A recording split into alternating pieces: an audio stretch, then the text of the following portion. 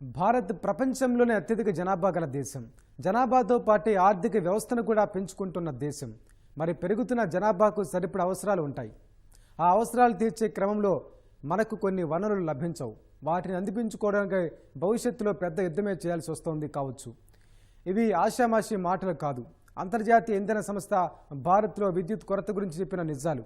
ఏటా వాహనాలు పెరిగిపోవడం, విద్యుత్ వినియోగం అదుపులో లేక ప్రజలు తీవ్ర ఇబ్బందులు పడే అవకాశం ఉందని హెచ్చరించింది. మరి భారత్ గురించి ఐఈఏ ఇంకా ఏ నిజాలు చెప్పింది ఇప్పుడు చూద్దాం.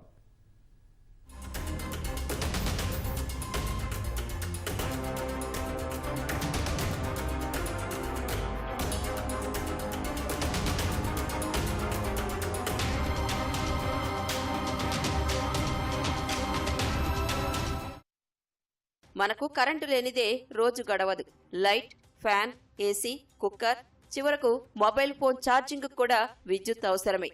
మరి ఇది కావాలంటే ప్రధానంగా బొగ్గు అవసరం.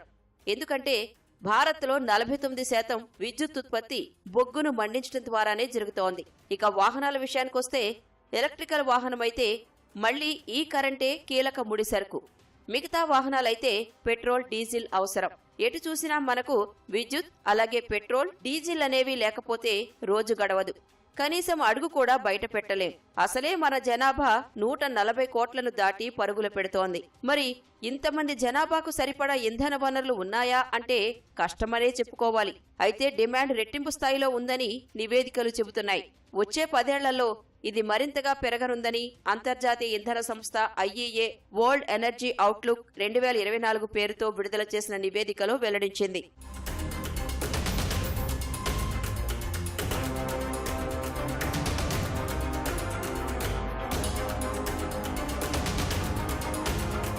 ఇంధన వనరులు అంటే విద్యుత్, సహజ వాయువు, బొగ్గు, ముడి చమురు లాంటివి. దేశంలో జనాభా పెరిగిపోతోంది. దీంతో పాటు ప్రజల అవసరాలు కూడా పెరుగుతున్నాయి. ఉదాహరణకు కోవిడ్కు ముందు కార్లు, సొంత ద్విచక్ర వాహనాలు తక్కువగా ఉండేవి. కానీ కోవిడ్ తర్వాత వాహనాలు కొనుగోలు చేసేవారు ఎక్కువయ్యారు. ముఖ్యంగా కార్ల వినియోగం పెరిగిపోయింది. మధ్యతరగతి కుటుంబాలు కూడా ఉన్నంతలో కార్లు కొనడానికే మొగ్గు చూపుతున్నారు. ప్రస్తుతం భారత్లో రోజుకు 7,000 వరకు ప్యాసింజర్ వాహనాల కొనుగోలు జరుగుతోంది. కానీ 2035 నాటికి రోజుకు 12,000 కొత్త కార్లు రోడ్లపైకి వస్తాయని అంచనా. ఇప్పటికే వాహనాల పార్కింగ్కు తీవ్ర ఇబ్బంది ఏర్పడుతోంది. మరి ఇన్ని వాహనాలకు రాబోయే రోజుల్లో ఏటా 100 కోట్ల చదరపు మీటర్ల స్థలం ప్రత్యేకంగా ఏర్పాటు చేయాల్సి ఉంటుంది. ఇది దాదాపు దక్షిణాఫ్రికా దేశ విస్తీర్ణానికి సమానమని ఐఈఏ చెబుతోంది.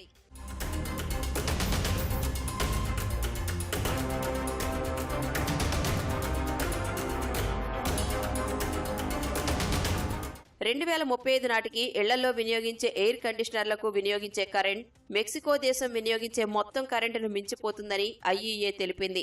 2050 నాటికి ఇది 9 రెట్లు పెరిగే అవకాశం ఉందని ఇంటర్నేషనల్ ఎనర్జీ ఏజెన్సీ అంచనా వేసింది. ప్రస్తుతం ఆఫ్రికా ఖండం వినియోగిస్తున్న విద్యుత్ వినియోగానికి ఇది సమానమని పేర్కొంది. వచ్చే దశాబ్దాల్లో భారత్లో ఏ దేశంలో లేనంత స్థాయిలో విద్యుత్ గిరాకీ పెరగనుందని తెలిపింది. భౌగోళిక, వాతావరణ పరిస్థితుల నేపథ్యంలో క్రమంగా ఏసీల వినియోగం భారత్లో పెరుగుతోందని పేర్కొంది. ఆదాయాలు పెరగడం కూడా అందుకు ఒక కారణమని తెలిపింది. ప్రతి 100 ఏళ్లలో 24 యూనిట్ల ఏసీలు ఉన్నట్లు వెల్లడించింది. 2010 నుంచి ఆ సంఖ్య 3 రెట్లు పెరిగినట్లు పేర్కొంది. భారత్లో ఉష్ణోగ్రతలు 25 డిగ్రీల సాధారణ స్థాయిని దాటుతున్న నేపథ్యంలో విద్యుత్ వినియోగం భారీగా పెరుగుతోందని పేర్కొంది. దీనంతటికీ కారణం పెరిగిపోతున్న జనాభా, వారికి అవసరమవుతున్న అనేక వస్తువులేనని నిపుణులు చెబుతున్నారు.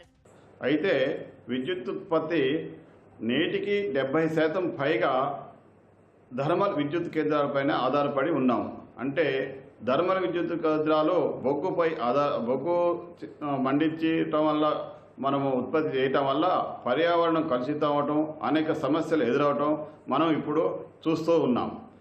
దీనికి ప్రపంచ దేశాలన్నీ కూడా సాంప్రదాయేతర ఇంధన వనరుల్ని ఉపయోగించుకొని స్లోగా ఈ థర్మల్ విద్యుత్ కేంద్రాన్ని మూసివేయాలని సంకల్పించాయి.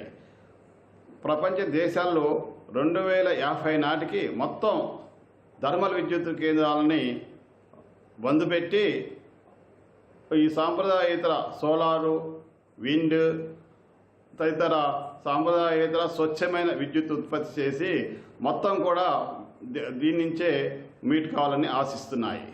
ఇక ఇంధన వనరుల విషయానికొస్తే పెట్రోల్, డీజిల్, గ్యాస్తో పాటు ఈవీలకు వినియోగించే విద్యుత్ డిమాండ్ విపరీతంగా పెరగనుంది.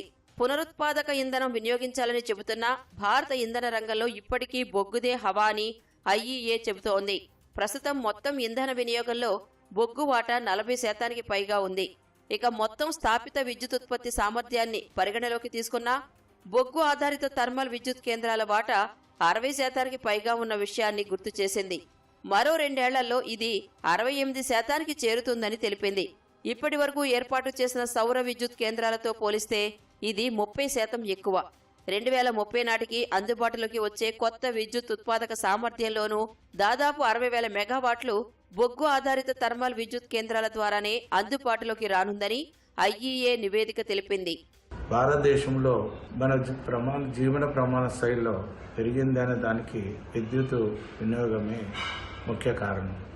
అది మన ఆదాయానికి ఇండెక్స్ లాగా పనిచేస్తుంది. కాబట్టి విద్యుత్ వినియోగదారులకు మరియు కార్లకు బ్యాటరీలు వాడటము, బ్యాటరీ కార్లు రావడము, ఆ బ్యాటరీ కార్లు వచ్చి దాని వినియోగం వల్ల కూడా విద్యుత్ వినియోగం పెరుగుతున్నది. గ్రామాలలో కూడా విద్యుత్ వినియోగం భారీగా పెరిగింది. వాళ్ళ అవసరాలు ఆ విద్యుత్ పరికరాలను విపరీతంగా వాడడం వల్ల విద్యుత్ పెరుగుదల చాలా గణనీయంగా పెరుగుతుంది. ఇలా విద్యుత్ వినియోగం ఫ్యూచర్లో కూడా ఇప్పుడున్న 10% నుంచి కూడా ఇంకా అధిక శాతం పెరగడానికి అవకాశం ఉంది. దానికోసం భారతదేశంలో మనం వేరే బొగ్గు కాకుండా ఇతర వనరులు అనగా సోలార్ వనరులను మనం బాగా వాడుకొని ఎక్కువ జనరేషన్ చేయాల్సిన అవసరం ఉన్నది. 2022లో 42 ఎక్సా జౌల్స్ గా ఉన్న విద్యుత్ వినియోగం 2030 నాటికి 53.7 ఎక్సా జౌల్స్ కు పెరుగుతుందని ఐఈఏ అంచనా వేసింది. అది 2050 నాటికి 73 ఎక్సా జౌల్స్ కు పెరుగుతుందని తెలిపింది. 2022తో పోలిస్తే 2030 నాటికి గరిష్ట విద్యుత్ వినియోగం 60% పెరుగుతుందని అంతర్జాతీయ ఇంధన సంస్థ ఐఈఏ తెలిపింది. దీంట్లో సగానికి పైగా పెరుగుదల ఏసీలు సహా ఇతర కూలింగ్ పరికరాల వల్లేనని పేర్కొంది. పగటి వేళల్లో కూలింగ్ అవసరాలకు సౌరశక్తిని వినియోగించుకునే అవకాశం ఉన్నప్పటికీ రాత్రి సమయాల్లో సైతం భారీ ఎత్తున విద్యుత్ అవసరమవుతుందని పేర్కొంది. విద్యుత్ వినియోగాన్ని సమర్థంగా తగ్గించే విధానాలను అవలంబించాల్సి ఉందని సూచించింది. తద్వారా అధిక విద్యుత్ ఉత్పత్తి, బ్యాటరీలపై చేసే ఖర్చును పునరుత్పాదక ఇంధన వనరుల్లోకి మళ్లించేందుకు అవకాశం ఉంటుందని హితవు పలికింది. ఇదిలా ఉంటే తటస్థ కర్బన ఉద్గారాల లక్ష్యం, స్వచ్ఛ ఇంధన వనరులపై దృష్టి వంటి వాటితో భారత్ కొత్త ఇంధన శకంలోకి అడుగు పెట్టబోతోందని ఐఈఏ పేర్కొంది. 2070 నాటికి భారత్ 0 కర్బన ఉద్గారాల లక్ష్యాన్ని చేరుకోవాలని నిర్దేశించుకుంది. ఇందుకు స్వచ్ఛ ఇంధన ఉత్పత్తి, సరఫరాను పెంచడం కోసం విధానాలను రూపొందించింది. 2022లో స్వచ్ఛ ఇంధనంలో భారత్ $60 బిలియన్ పెట్టుబడులు పెట్టినట్లు పేర్కొంది. 2030 నాటికి అది రెండింతలవుతుందని అంచనా వేసింది. ఇంటర్నేషనల్ ఎనర్జీ ఏజెన్సీ ప్యారిస్ గణాంకాల ప్రకారము 2050 వరకు మనకు 2060 tera kilowatt hour per capita demand ఉంటుంది. ఇది మీట్ కావాలంటే కేంద్ర రాష్ట్ర ప్రభుత్వాలు ఉమ్మడిగా ప్రణాళికలు చేసుకొని ప్రొడక్షన్ ఏ విధంగా పెంచాలి, ఎక్కడ ప్రొడక్షన్ లాస్ అవుతుంది, ఎక్కడ విద్యుత్ లాస్ అవుతుంది అనేది చూడాల్సి వస్తుంటుంది. పాపులేషన్కి అనుకూలంగా, ప్రొడక్షన్కి అనుకూలంగా, ఇండస్ట్రీ డెవలప్మెంట్ అనుకూలంగా ఆప్టిమమ్ టెక్నిక్స్ వాడాలి. ఇవన్నీ చేస్తేనే మనము సస్టైన్ అవుతుంటా అంటే ఫ్యూచర్లో. మన భారతదేశాన్ని తీసుకున్నట్లయితే we are the 3rd largest producer of electricity అయినప్పటికీ కూడా మనకు ఎప్పటికీ కూడా ఎలక్ట్రిసిటీ యొక్క విద్యుత్ యొక్క సంక్షోభం అనేది ఎప్పుడు ఉంటూనే ఉంటుంది.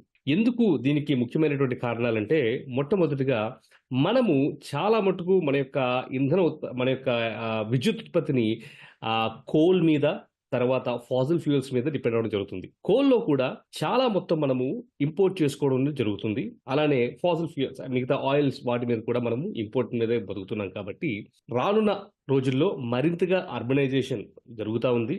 అంతేకాకుండా ఎలక్ట్రిక్ వెహికల్స్ యొక్క ఉపయోగము ఇంకా పెరగబోతోంది. అంతేకాకుండా మరి కోవిడ్ తర్వాత work from home, work from office రెండూ జరుగుతున్న సందర్భంలో ఇప్పుడు ఏసీస్ వాటి యొక్క కన్జంప్షన్ కూడా మనకి ఇళ్లలో కూడా పెరగడం జరిగింది. వీటి వల్ల ఏం జరగబోతుందంటే మునుముందు విద్యుత్తుకు కావాల్సినటువంటి అవసరము మరింతగా పెరిగే అవకాశము ఉన్నది.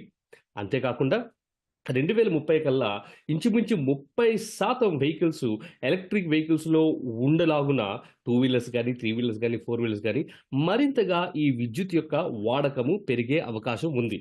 మారుతున్న జీవన విధానాలు, భారీ జనాభా, పెరిగిన ఎలక్ట్రిక్ వాహనాల వినియోగం తదితరాల కారణాల వల్ల విద్యుత్ వినియోగం క్రమంగా పెరుగుతోంది. ఇది భవిష్యత్తులో మరింత పెరగనుందని ఐఈఏ అంచనా వేస్తోంది. అందువల్ల విద్యుత్ డిమాండ్కి అనుగుణంగా ఉత్పత్తిని పెంచుకోవడం కూడా అంతే ముఖ్యం. ఇందుకు కేంద్ర రాష్ట్ర ప్రభుత్వాలు దృష్టి సారించాల్సిన అవసరం ఎంతైనా ఉంది. ఇక ప్రజలు కూడా విద్యుత్తును అవసరాల మేరకు మాత్రమే వినియోగిస్తే డిమాండ్ను కొంత మేరకైనా తగ్గించవచ్చని నిపుణులు చెబుతున్నారు. విద్యుత్ వినియోగం పెరిగితే అది ప్రజలకు కూడా భారంగానే మారుతుందనే విషయాన్ని గుర్తించాలి. వినియోగం పెరిగిన కొద్దీ ఛార్జీలు కూడా అదే స్థాయిలో పెరుగుతాయని విద్యుత్ రంగ నిపుణులు చెబుతున్నారు.